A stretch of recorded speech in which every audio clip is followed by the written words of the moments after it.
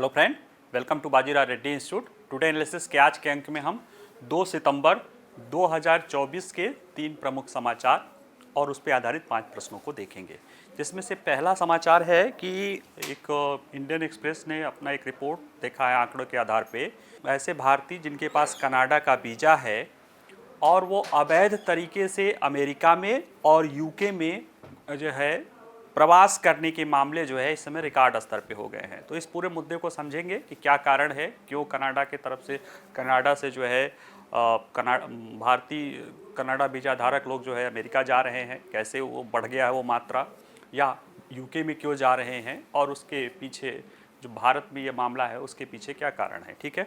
दूसरा मुद्दा है कि दक्षिण अफ्रीका का एक देश है नामीबिया, छोटा सा ही देश है, 28 लाख आबादी है, गरीब देश है और वहाँ पे अक्सर सूखा पड़ता रहता है।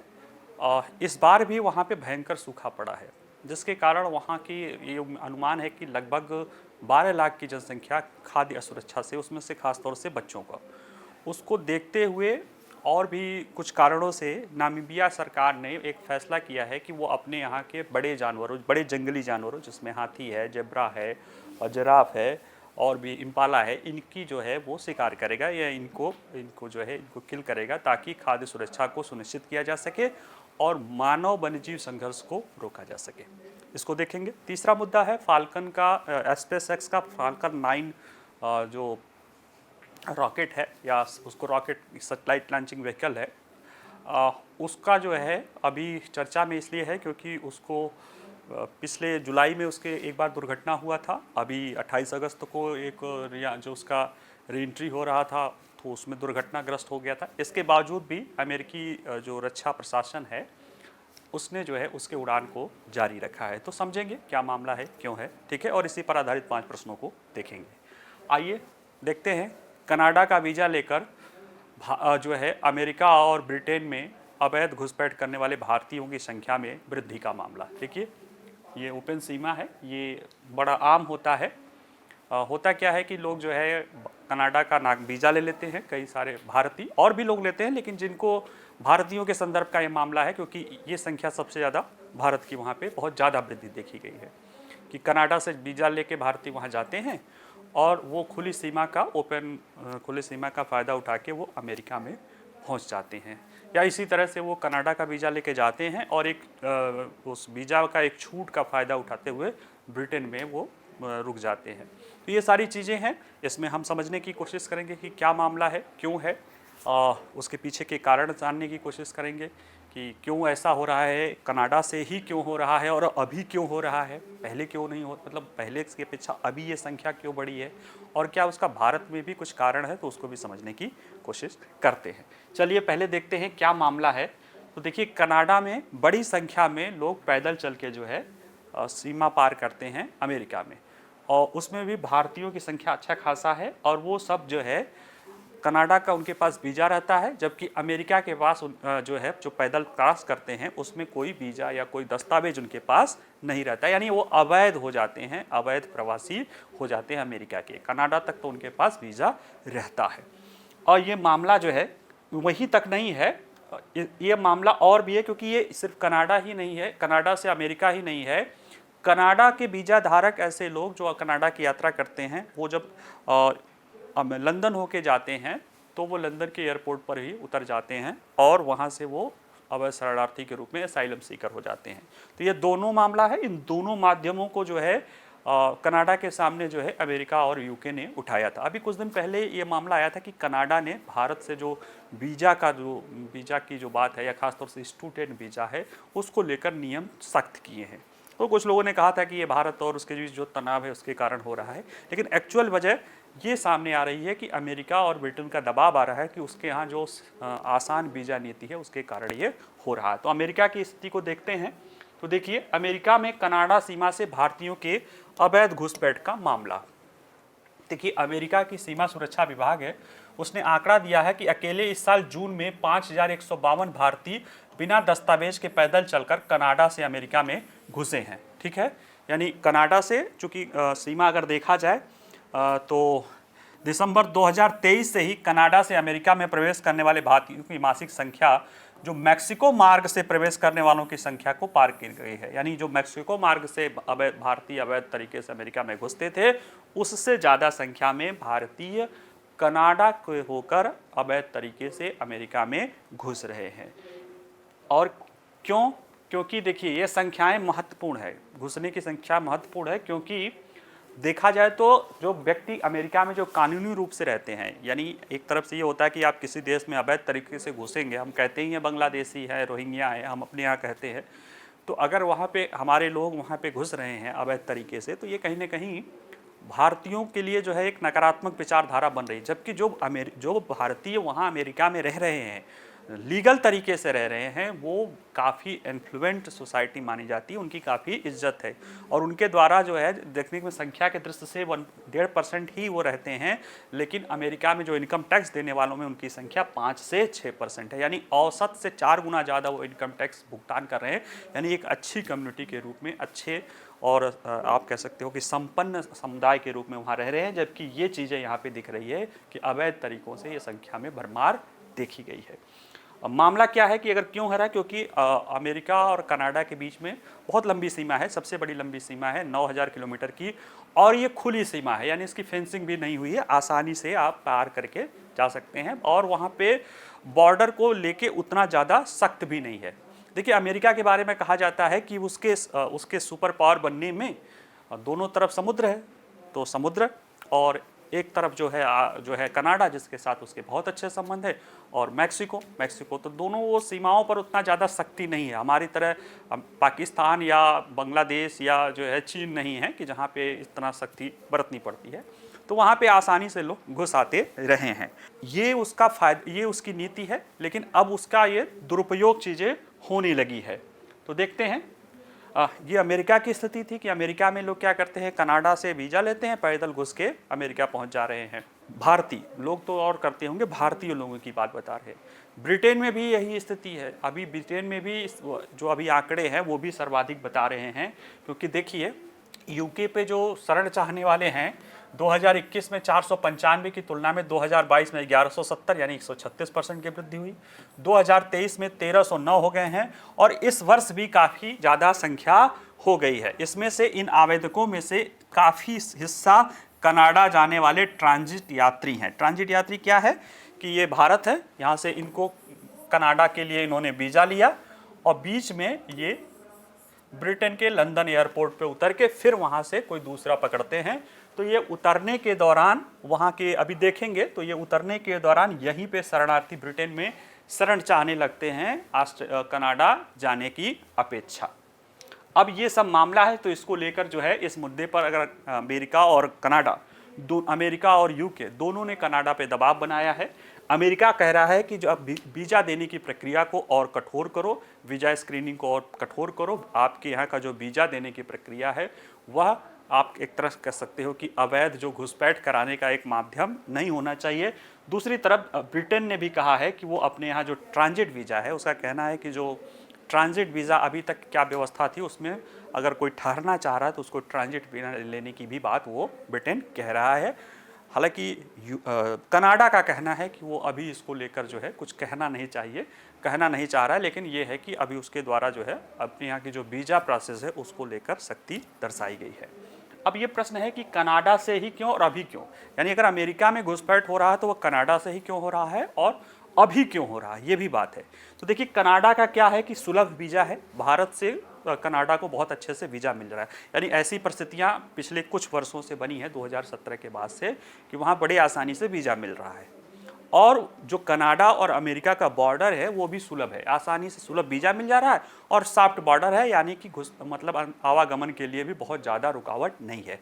उसके विपरीत जो मैक्सिको बॉर्डर है, वहाँ तक पहुँचने के लिए जो भारतीयों को अवैध तरीके से अगर अमेरिका जाना होता था वो डंकी रूट या गधा वाला रूट जो कहते हैं वो लेते थे, और उसमें कहाँ मैक्सिको के पहले वो कई सारा जैसे पश्चिम एशिया, अफ्रीका या कैरिबियन दिन पानी टहल रहे हैं, जंगल जा रहे हैं। यहाँ पे क्या है कि आप आसानी से अगर कनाडा का वीज़ा मिल गया और वहाँ से वो सख्ती नहीं है, यानी वीज़ा आसानी से मिल रहा है और कनाडा के बॉर्डर पे उतनी सख्ती नहीं है।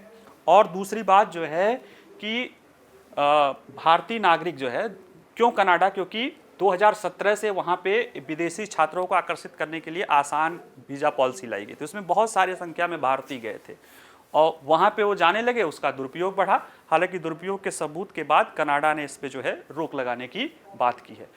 साथ ही में जून, अभी जैसे मैक्सिको से क्यों संख्या ज़्यादा हो गई, क्योंकि जून में अमेरिकी राष्ट्रपति ने मैक्सिको बॉर्डर को लेकर सख्ती बरतने की बात की। उसके बाद वहाँ पे जो ट्रांजिशन होता था उसकी संख्या काफ़ी घट गई। तो अब उधर से घट गई है तो दूसरा रास्ता अपने आप जो है एक्टिव हो जाता है और वो है वाया कनाडा वाला रास्ता, यहाँ पे लोग जा रहे हैं। ठीक है, तो अगर किसी को कनाडाई वीज़ा आसानी से मिल जा रहा है तो वो दक्षिणी सीमा यानी मैक्सिको की सीमा के अपेक्षा जो है वह कहाँ से कनाडा और अमेरिकी सीमा से सीधे प्रयोग कर रहे हैं। इसी तरह से यूके का जहां मामला है कि यूके में क्यों शरणार्थी की असाइलम सीकर संख्या बढ़ रही है, क्योंकि यूके में एक नियम है कि जैसे भारत से कोई कनाडा की तरफ जा रहा है, यूएसए की तरफ कोई जा रहा है, तो वहाँ पे क्या होता है, या ऑस्ट्रेलिया के लिए किसी के पास वैध वीज़ा है, यानी भारत से कोई यूएसए, कनाडा या ऑस्ट्रेलिया के लिए उसके पास वैध वीज़ा है, तो वो यूरोप के कुछ एयरपोर्ट पे उतर के थोड़ा बाद जाता है, यानी उसके पास ट्रांजिट वीज़ा लेने की ज़रूरत नहीं है, बाहर निकल के वो कर सकता है। तो यहाँ पे क्या होता है लोग कि यहाँ से लेते हैं कनाडा का वीज़ा जो आसानी से मिल जाता है, वो ट्रांजिट वीज़ा ले लेते हैं, लंदन के हिथ्रो एयरपोर्ट पे उतरते हैं, इसके बाद वो असाइलम का वो मांग कर देते हैं, उत्पीड़क और इस तरह के हमें वहाँ पे परेशान और आदि किया जा रहा है, और फिर वहाँ पे शुरू हो जाता है। अब यहाँ पे ये प्रश्न है कि ये कर क्यों रहे हैं, क्योंकि देखिए होता क्या है कि यहाँ से जो अभी देखेंगे तो इसमें से यहाँ पे ज़्यादातर इन्फ्लुएंट और एक पर्टिकुलर एरिया के लोग जा रहे हैं, जिस एरिया के वहाँ पे लोग पहले से रह रहे हैं।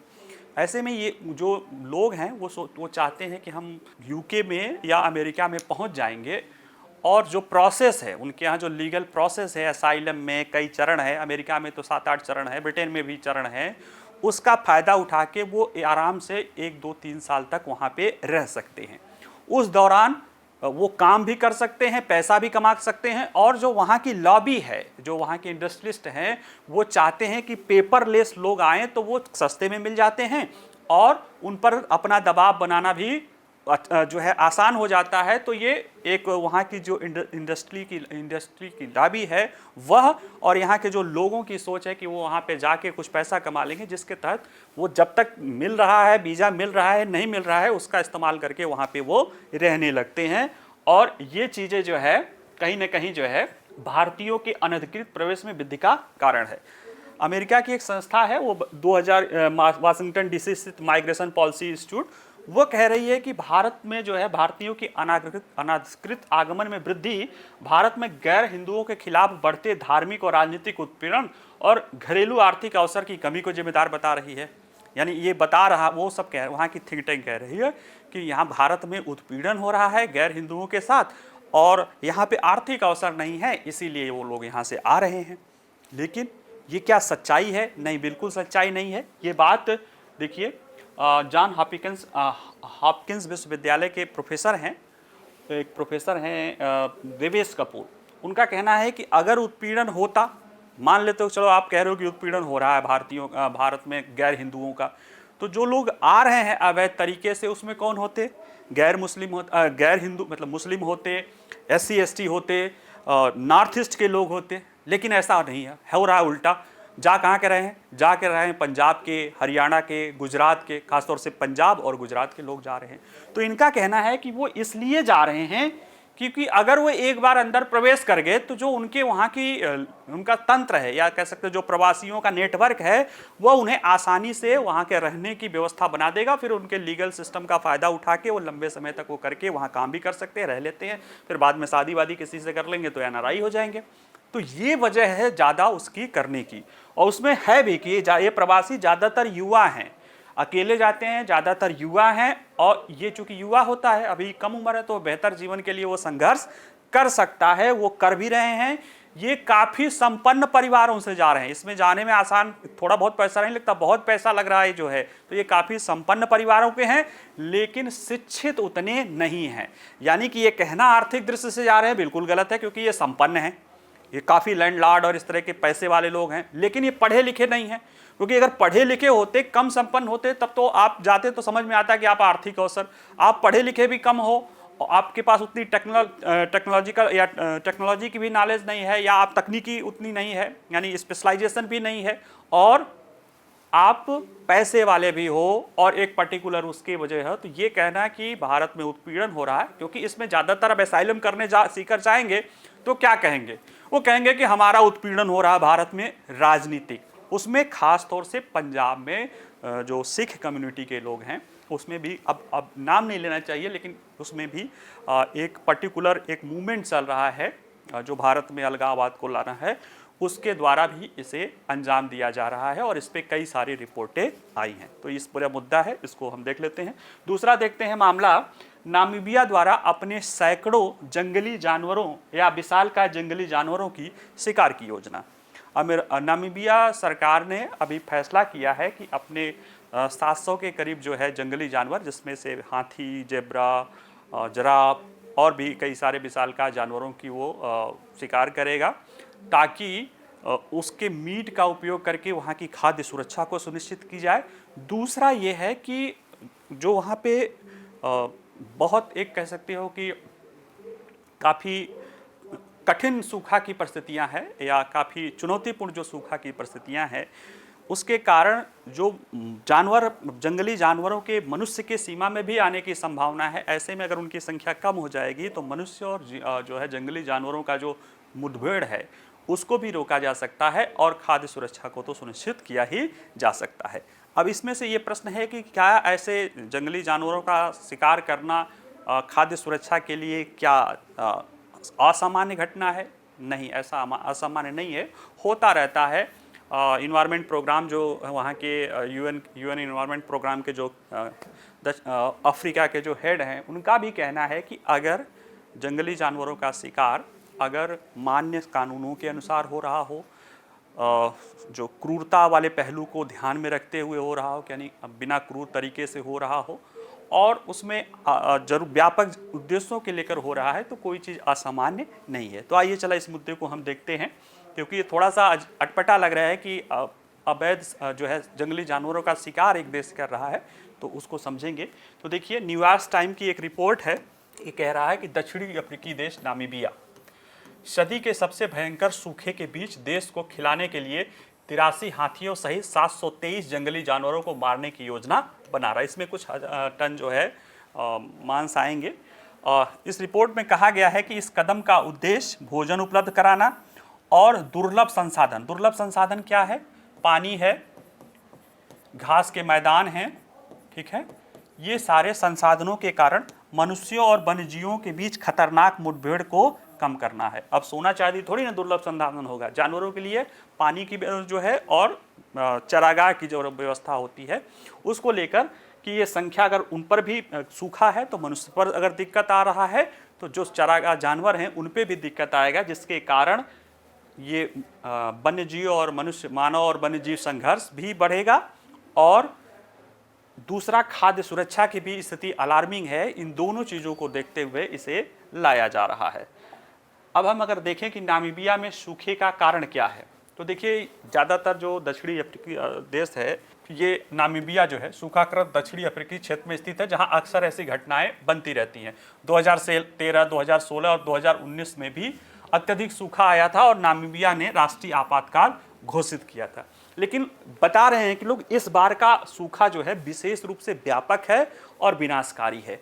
इसके पीछे जो कारण बताया जा रहा है वो ये बताया जा रहा है कि देखिए, एक यूरोपीय आयोग की एक रिपोर्ट है, ये कह रही है कि अक्टूबर 2023 में बोत्सवाना से शुरू हुआ सूखा अंगोला, जाम्बिया, जिम्बाब्वे होते हुए नामीबिया तक फैल गया है। और इसमें जो मुख्य जो भूमिका है वो अल नीनो की है। अल नीनो क्या होता है? दक्षिणी अमेरिका के जो है पश्चिमी तट पे जो है एक वहाँ पे तापमान गर्म हो जाता है, जिसके कारण दुनिया भर में जो है मौसम विसंगतियाँ, खासतौर से जो है बारिश और इस तरह की चीज़ें दिखाई देने लगती है। उसके कारण जो है 2023 में जो अल नीनो देखा गया था, इस पूरे क्षेत्र में तापमान ज़रूरत से ज़्यादा, औसत से अधिक हो गया था और वर्षा कम हो गई थी, जिसके कारण मृदा में नमी की मात्रा कम हो गई। अब नमी कम हो गई, वर्षा कम हो गई, तापमान ज़्यादा हो गया, तो वनस्पतियों की भी जो संख्या, जो वेजिटेशन है, उसमें भी काफ़ी गिरावट आ गई। अब ये सब चीज़ें हुआ तो सूखा पड़ गया, और ये सूखा जो है जैसी अध्ययन बता रहे हैं कि समय समय के साथ और ज़्यादा भी गंभीर होता जा रहा है। ठीक है, तो सूखे ने नामीबिया में खाद्य असुरक्षा को कैसे बढ़ावा दिया? देखिए, नामीबिया में वैसे भी सूखा पड़ता ही है जुलाई से सितंबर तक, और यहाँ पे उस दौरान जो है खाद्य उपलब्धता कम हो जाती है। ठीक है, और सूखे ने स्थिति को और खराब कर दिया है। संयुक्त राष्ट्र के अनुसार सूखे के कारण नामीबिया में मक्का जैसी मुख्य फसल, वहां पे मुख्य फसल मक्का है, उस वो सूख गई है, और बड़ी संख्या में पशुधन भी मर गए हैं, जिससे देश के लगभग 84% खाद्य भंडार समाप्त हो गया। अब सोचिए, किसी भी देश का 84% खाद्य भंडार समाप्त हो जाए तो उस देश पे कितना प्रेशर आएगा। अब खाद्य भंडार समाप्त होगा तो वो क्या करेगा, जो भी थोड़े बहुत रिसोर्सेज होंगे उनकी कीमतें ज़रूरत से ज़्यादा बढ़ जाएगी, और देश भी गरीब है। ऐसे में वहाँ पे क्या हो जाएगा, कीमतें बढ़ेंगी और भूखमरी के लिए स्थिति उत्पन्न हो जाएगी। कई रिपोर्ट्स बता रही हैं कि वहाँ पे देखिए, अप्रैल और जून के बीच 2024 के बीच नामीबिया में अनुमानित 12 लाख लोग गंभीर खाद्य असुरक्षा के उच्च स्तर का सामना कर रहे हैं। 28 लाख की लगभग आबादी है, उसमें 12 लाख लोग जो है, यानी 50 आधा संख्या जो है जनसंख्या की गंभीर खाद्य असुरक्षा का सामना कर रहे हैं। और उसका भी प्रभाव, यानी जब भी कोई प्राकृतिक आपदा होता है तो उसका सबसे ज़्यादा प्रभाव खासतौर से खाद्य सुरक्षा का बच्चों पे पड़ता है, और उसमें भी देखा जा रहा है कि 5 वर्ष से कम उम्र के बच्चों में गंभीर कुपोषण और कुछ क्षेत्रों में तो मौतें भी हो रही हैं। तो ये जो सूखा और सूखे के कारण गंभीर खाद्य सुरक्षा की स्थिति उत्पन्न हो गई है, इसीलिए अब वो जंगली जानवरों के शिकार करना चाह रहा है। तो अब क्या है कि जंगली जानवरों के शिकार से क्या मदद मिलेगी, तो वो क्यों कर रहा है उसको समझें। तो देखिए, नामीबिया सिर्फ मांस के लिए जंगली जानवरों को नहीं मारना चाहता, कि ये नहीं कि सिर्फ मार के उसको लोगों का खाद्य सुरक्षा हो, यानी खाद्य सुरक्षा एक पहलू है, खाद्य सुरक्षा एक पहलू है। ठीक है, दूसरा पहलू है मानव वन्य जीव संघर्ष को रोकना, क्योंकि इसका मानना है कि सूखे के कारण जानवर भोजन और पानी के तलाश में पलायन करने को मजबूर होंगे, और ये मानव आबादी के साथ उनका टकराव होने लगेगा। देश में जंगली जानवरों की बड़ी संख्या, जिसमें से 24,000 हाथी शामिल हैं। यहाँ के पर्यावरण मंत्रालय ने ये कहा कि उम्मीद है कि कुछ जानवरों को मारने से वन्यजीव पर सूखे का असर कम हो जाएगा, और मौजूदा चारागाह पर जो दबाव है या पानी की उपलब्धता है वह कम हो जाएगी। यही मंत्रालय ने बोत्सवाना का उदाहरण दिया कि वहाँ पे बोत्सवाना या किसी का, मुझे हाँ बोत्सवाना का दिया कि जंगली हाथियों ने 50 लोगों को, देखिए हाथी तो घास खाती है लेकिन जान भी बहुत तगड़ा लेती है, तो ऐसे बहुत सारे जंगली जानवर हैं जो उनको पानी नहीं मिलेगा, उनको भोजन नहीं मिलेगा, यानी घास और हरे पौधे नहीं मिलेंगे, तो वो फिर क्या जंगलों से बस्तियों की तरफ आने लगेंगे। तो वैसे भी बेचारे भूख से परेशान हैं, और एक और उनके अगर वो उपजाने की भी कोशिश करते हैं तो उनसे संघर्ष बढ़ता है। तो ये दोहरा उद्देश्य के लिए किया जा रहा है कि खाद्य सुरक्षा भी सुनिश्चित किया जा सके और मानव वन्यजीव संघर्ष को भी रोका जा सके। अब अगला प्रश्न है कि क्या मांस के लिए जंगली जानवरों का शिकार करना असामान्य है? नहीं, बिल्कुल नहीं है। दुनिया भर के विभिन्न प्रजातियों के जंगली जानवरों का शिकार भोजन, खेल या ट्रॉफी के लिए, ट्रॉफी मतलब शिकार करके उसके शोकेस लगाया जाता है, उसके लिए किया जाता है। इसमें जेब्रा है, ब्लू व्हाइट बीस्ट है, इम्पाला है, कुछ जगहों पे जैसे बोत्सवाना में तो ट्रॉफी हंटिंग में हाथियों का भी किया जाता था, हाल वहाँ पे अलाउ है।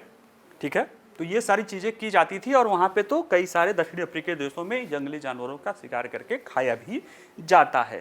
ठीक है, संयुक्त राष्ट्र पर्यावरण कार्यक्रम के अफ्रीका कार्यालय के निदेशक रोज माम्बेबा ने बताया कि यदि इन जानवरों का शिकार वैज्ञानिक रूप से सिद्ध टिकाऊ तरीकों का उपयोग करके किया जाए और घरेलू और अंतर्राष्ट्रीय प्रतिबद्धताओं और कानूनों दोनों के अनुरूप हो रहा है, तो चिंता की विषय नहीं है। देखिए, यहाँ पे मैं जब भी कोई सस्टेनेबल डेवलपमेंट की बातें बताता हूँ तो मैं यही बताता हूँ कि हमें यह ध्यान रखना पड़ेगा कि नेचर, वैसे भी तो हम नेचर में अगर देखा जाए तो सर्वाइवल ऑफ द फिटेस्ट चलता है, और मनुष्य खाद्य श्रृंखला के सबसे ऊपर है। अगर उसके खाद्यान्न और उसके जीवन का संकट होगा तो फिर वो पारिस्थितिकी तंत्र बचाएगा नहीं। इसीलिए हमारा जो अप्रोच अपनाया जाता है सस्टेनेबल डेवलपमेंट का, वह आर्थिक संसाधन मतलब आर्थिक उपयोग और प्लस प्राकृतिक संरक्षण दोनों, क्योंकि अगर प्रकृति का संरक्षण नहीं करोगे तो अपने आप खत्म हो जाओगे, और अगर सिर्फ प्रकृति के ही संरक्षण पे, जैसे कुछ लोग सिर्फ प्रकृति के संरक्षण पे बात करते हैं और मानव की ज़रूरतें पूरी नहीं होंगी, मानव भूखा रहेगा, उसके खाद्यान्न का संकट उत्पन्न हो जाएगा, तो फिर वो क्या करेगा, वो पूरे नेचर को जो है वो उससे खतरा उत्पन्न हो जाएगा। आप इसे नैतिक दृष्टि से चलो ठीक है, संख्या है, लिमिटेड है, लेकिन ये जायज़ बात है कि मनुष्य अपने आप को जीवित रखने के लिए, बचाने के लिए वो कुछ भी करने लगता है। ऐसे में जो सस्टेनेबल डेवलपमेंट का अप्रोच है, ये अच्छा उदाहरण था, इसीलिए मैंने बताने की भी कोशिश की कि ये जो अप्रोच होता है उसमें प्रकृति को संरक्षित करने की बात की जाती है। प्रकृति को इस तरह से उपयोग किया जाए, प्रकृति और प्रकृति के संसाधनों का, कि वो संरक्षित रहे। उपयोग करना है लेकिन संरक्षित रखते हुए उनका उपयोग। अब जैसे कोई संसाधन ऐसे हैं जिनका उपयोग करने से वो समाप्त ही हो जाएंगे, तो बिल्कुल उनका नहीं, लेकिन प्राकृतिक संसाधन और पर्यावरण का उपयोग इस तरह से करना है जिससे उनका मैक्सिमम संरक्षण हो सके। यानी आर्थिक लाभ भी लेना है और प्रकृति का संरक्षण भी, ये दोनों एक साथ मिलके चलने चाहिए। ठीक है, आइए अगला जो समाचार देखते हैं। स्पेस एक्स का फाल्कन 9 रॉकेट, ये एलन मस्क की कंपनी है स्पेस एक्स, इसका एक रॉकेट है फाल्कन 9, 2015 से सेवा में है। लगभग 350 से ज़्यादा इसने जो है अपना प्रक्षेपण कर लिया है और जुलाई में ये असफल हुआ था। जुलाई 2024 में ये पहली बार, यानी 2015 से लेकर 9 सालों में पहली बार ये जो है असफल हुआ था इसका प्रक्षेपण। अभी 28 अगस्त को इसको एक और प्रक्षेपण किया गया था। वो प्रक्षेपण यानी प्रक्षेपण किया गया तो वो जहाँ छोड़ना था वहाँ तक तो वो छोड़ चुका था, यानी जो उपग्रह भेजे गए थे स्टारलिंक के इंटरनेट उपग्रह, वो तो उसने भेज दिया था। जब उसका निचला चरण वाला जो री एंट्री वाला या रीयूज वाला जो उसका हिस्सा है, जब वो धरती पर उतर रहा था समुद्र के एक पट्टी पे, तो वहाँ पे वो टकरा गया और दुर्घटनाग्रस्त हो गया। तो 2 दुर्घटनाएं देखी गई हैं। हालांकि जुलाई वाला ही मेन था जो असफल प्रक्षेपण करने में रहा, वो लैंड शुरुआत में ही फट गया था।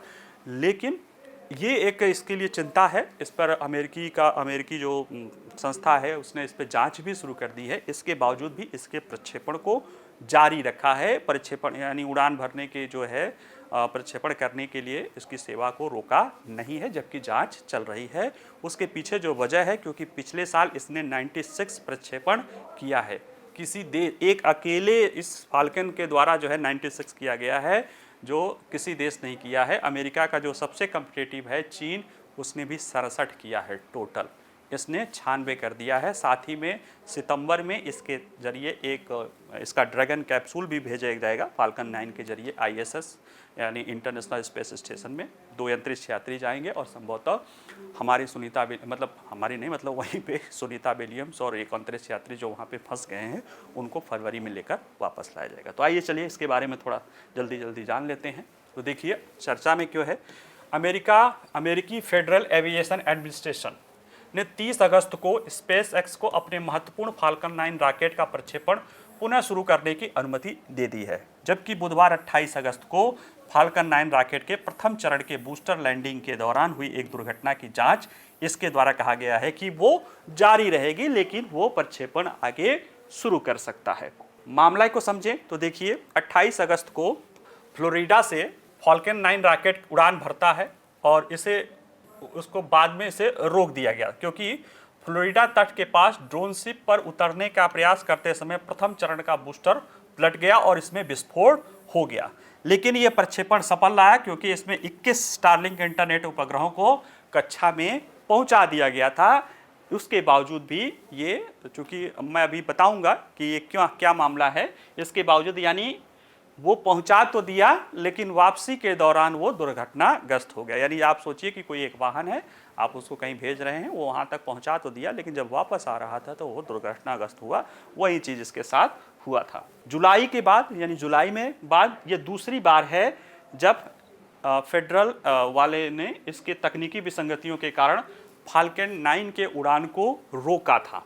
फाल्कन 9 को अमेरिका का या दुनिया का अब तक कहते हैं सबसे सफल और विश्वसनीय रॉकेटों में से एक माना जाता है। इस रॉकेट ने 350 से अधिक मिशनों को सफलतापूर्वक अंजाम दिया है। जुलाई की जो दुर्घटना हुई थी वो 2015 के बाद पहली हुई थी, अगस्त वाली दूसरी हो गई है। जरा सा फाल्कन 9 रॉकेट को भी समझ लेते हैं, तभी उस दुर्घटना वाले पहलू को भी समझेंगे। देखिए फाल्कन 9 जो है ये आंशिक रूप से पुनः प्रयोज्य रॉकेट है। एक होता है पुनः प्रयोज्य रॉकेट, एक सामान्य रॉकेट होता है, और एक आंशिक रूप से ये पुनः प्रयोज्य रीयूजेबल जो होती है या स्पेस शटल जिसे बोला जाता है, वो क्या करते हैं कि यहाँ छोड़ा जाता है फिर वापस लौट आता है। और एक रॉकेट होता है छोड़ा जाता है और वही रह जाता है। इसमें क्या है कि ये छोड़ा जाता है, इसका कुछ हिस्सा वापस लौट आता है और कुछ हिस्सा अंतरिक्ष में ही रह जाता है। तो ये दो चरणी रॉकेट है। इसमें पहले चरण में 9 इंजन लगे होते हैं, 9 इंजन ईंधन लगे होते हैं, वो बूस्टर चरण जिसे कहा जाता है। यह जो है मर्लिन इंजन है, इसका नाम है मर्लिन, 9 मर्लिन इंजन है। ये स्पेसएक्स कंपनी द्वारा बनाया गया है। और दूसरे चरण में केवल एक मर्लिन इंजन लगा होता है। ये मर्लिन इंजन जो होता है केरोसिन ग्रेड, जो केरोसिन होता है रॉकेट ग्रेड केरोसिन, और लिक्विड ऑक्सीजन जो है ये प्रणोदक के रूप में उपयोग करता है। एक पहले निचले चरण में 9 मर्लिन इंजन होते हैं जो बूस्टर का काम करते हैं, और ऊपरी चरण में एक मर्लिन इंजन होता है जो जिसके ऊपर जो है रॉकेट जो उपग्रह है या जो भी मॉड्यूल है वो लगा रहता है। जब इसे प्रक्षेपित किया जाता है तो जब पहला चरण अलग होता है तो ये जो मर्लिन इंजन है ये सीधे लैंड कर लेते हैं, ये वापस आ जाते हैं धरती पर। और जो दूसरा चरण होता है वो जाता है और उपग्रह को, सैटेलाइट को जहाँ जो काम करना है वो करके वहीं समाप्त हो जाता है। लेकिन जो पहले चरण के ये रॉकेट हैं, इसमें लगे हुए इंजन हैं, रॉकेट हैं, ये वापस आ जाते हैं और इन्हें हमेशा जैसे इनको समुद्र का एक पट्टी रहता है वहीं पे इससे लैंडिंग कराई जाती है। जो अगस्त वाली यानी 28 अगस्त को दुर्घटना हुई थी, रॉकेट को ऊपर छोड़ा गया और ये जिससे जहाँ छोड़ना था उसका दूसरा चरण ले जाके वहाँ पे स्थापित कर दिया। लेकिन जो पहला चरण वापस आ रहा था तो समुद्र पे जब लैंडिंग करना था, समुद्र की जो ड्रोन पट्टी होती है वहाँ पे ये टकरा गया और इसमें आग लग गई और इस तरह से कहा जाए कि ये दुर्घटनाग्रस्त हुआ। वापस लौटने के दौरान जो इसका पहला चरण था वही दुर्घटनाग्रस्त हो गया, जो कि बाद में दोबारा पुनः उपयोग किया जाता है। ठीक है, अब ये है कि दुर्घटना के बाद भी, जैसे 28 अगस्त को दुर्घटना हो रही है, 30 अगस्त को वहाँ का फेडरल वाला जो संस्थान है उसने फिर से अनुमति क्यों दे दी। तो देखिए पहली बात तो ये है कि इसका ट्रैक रिकॉर्ड बहुत अच्छा है। ट्रैक रिकॉर्ड ये है कि 15 सालों में इसने जो है एक जो है दुर्घटना, अभी भी ये रीएंट्री वाली दुर्घटना हुई है, इसकी भी जाँच हो रही कि ऐसा क्यों हुआ है, लेकिन ट्रैक रिकॉर्ड अच्छा है। दूसरे, अगर इसके उड़ान को रोक दिया जाएगा तो जो प्रक्षेपण की जा रही है उसकी गति बाधित हो जाएगी, क्योंकि अकेले इसने जो है 2023 में अकेले इस रॉकेट ने 96 लॉन्च किए हैं और यह किसी भी देश के वार्षिक लॉन्च की कुल संख्या से अधिक है। देखिए अमेरिका का जो अंतरिक्ष प्रौद्योगिकी प्रतिबंधी चीन है, उसने 2023 में विभिन्न रॉकेटों का उपयोग करके अंतरिक्ष में 67 मिशन भेजे हैं। कई रॉकेटों के द्वारा 67 मिशन भेजे हैं। अकेले इस रॉकेट के द्वारा, इस रॉकेट, एक ही रॉकेट नहीं जा रहा है लेकिन हाँ, इस रॉकेट के द्वारा 96 मिशन लॉन्च किया गया है स्पेसएक्स के द्वारा। दूसरी बात यह है कि सितंबर में इसी फाल्कन 9 रॉकेट के तहत जो है ड्रैगन जो है मॉड्यूल, ड्रैगन स्पेसएक्स का मॉड्यूल है जो अंतरिक्ष यात्रियों को ले जाता है, उसी ड्रैगन मॉड्यूल के तहत जो है नासा जो है 2 अंतरिक्ष यात्रियों को भी लॉन्च करेगा। कहाँ पे? इंटरनेशनल स्पेस सेंटर या अंतर्राष्ट्रीय अंतरिक्ष स्टेशन पे ये वहाँ पे जाएगा और वहाँ जो है 2 अंतरिक्ष यात्री सुनीता विलियम्स और बैरी बिलमोर हैं, उनको फरवरी में ये लेकर वापस आएगा। तो ऐसे में अगर जल्दी ये प्रक्षेपण शुरू नहीं करना होता तो ये दोनों, यानी मेन तो ये भी खटाई में पड़ जाता। सितंबर अभी चल ही रहा है, आज सितंबर दूसरा हो गया है, तो ये भी खटाई में पड़ जाता और इसके पहले वाला जो है, जो उसने एक मोमेंटम पकड़ा था, वह भी दूर हो जाता। इसीलिए इसको तुरंत जो है जल्दी में पुनः प्रक्षेपण की जो है अनुमति दी है। ठीक है, चलिए आइए प्रश्नों को देखते हैं। हाल ही में चर्चा में रहे अमेरिकी कनाडा सीमा संदर्भ में निम्नलिखित कथनों पर विचार कीजिए। लगभग 9000 किलोमीटर, 8800 समथिंग कुछ है, लगभग 9000 किलोमीटर लंबी यह सीमा दुनिया की सबसे लंबी खुली सीमा है। सबसे लंबी भी सीमा है और दुनिया की सबसे लंबी खुली सीमा भी है, ओपन सीमा है। पिछले कुछ समय से इस सीमा से कनाडा के वीजा धारक अनेक भारतीय अवैध तरीके से अमेरिका में घुस रहे हैं। दोनों स्टेटमेंट सही है, तो आप इसको देख लीजिएगा। दूसरा है, अमेरिका और ब्रिटेन ने भारतीयों के अनाधिकृत प्रवेश में वृद्धि के वास्तविक वास्तविक कारणों के संदर्भ में निम्नलिखित कथनों में से कौन सा सही है? भारत में गैर हिंदुओं के खिलाफ बढ़ता धार्मिक और राजनीतिक उत्पीड़न। दूसरा है भारत में घरेलू आर्थिक अवसरों की कमी। तीसरा है अमेरिका द्वारा अवैध भारतीयों को बसने देने के लिए विशेष छूट। चौथा है अप्रवासी ज़्यादातर पंजाब और गुजरात से हैं, जिनका मानना है कि वे एक बार अंदर आ गए तो उनके नेटवर्क उन्हें बसने में सहायता दे देंगे। तो देखने में ही लग रहा है कि चौथा है, ठीक है। तीसरा प्रश्न है कि चर्चा में रहे फाल्कन 9 रॉकेट के संदर्भ में निम्नलिखित कथनों पर विचार कीजिए। स्पेस एक्स के फाल्कन 9 को अब तक के सबसे सफल और विश्वसनीय रॉकेटों में एक गिना जाता है। यह एक चरणीय पूर्णतः पुनः प्रयोज्य रॉकेट है। नहीं, ये 2 चरणीय है और सेमी रियूजेबल है, तो इसका आंसर ए ही होगा। चौथा है हाल ही में किस अफ्रीकी देश ने अपने देश में खाद्य असुरक्षा की समस्या को दूर करने के विकल्प के रूप में सैकड़ों विशालकाय जंगली जानवरों को मारने की योजना बनाई है? तो इसका आंसर है बोत्सवाना, नामीबिया, अभी बताए हैं। अंतिम प्रश्न है कि पिछले 2 महीनों में 2 बार दुर्घटना के बाद भी अमेरिका द्वारा फाल्कन 9 के उड़ान की शीघ्र अनुमति देने के कारणों के संदर्भ में निम्नलिखित कथनों पर विचार कीजिए। यदि अमेरिका जल्द अनुमति नहीं देता है तो यह रॉकेट की लॉन्च करने की गति को बाधित कर सकता है, क्योंकि 2023 में अकेले इस रॉकेट ने किसी भी देश से अधिक वार्षिक लॉन्च किया है। दूसरा, यह रॉकेट सितंबर में क्रू ड्रैगन अंतरिक्ष यान पर 2 नासा अंतरिक्ष यात्रियों को भी लॉन्च करने वाला है। तो ये दोनों स्टेटमेंट सही है, ठीक है। तो आप लोग इसको देखिएगा। चलिए, आज के लिए इतना ही। वीडियो पसंद आए तो लाइक करिए, शेयर करिए, कोई प्रश्न हो तो पूछ सकते हैं। बाकी पढ़ते रहिए और रिवीजन करते रहिए और खुश रहिए। नमस्कार, धन्यवाद।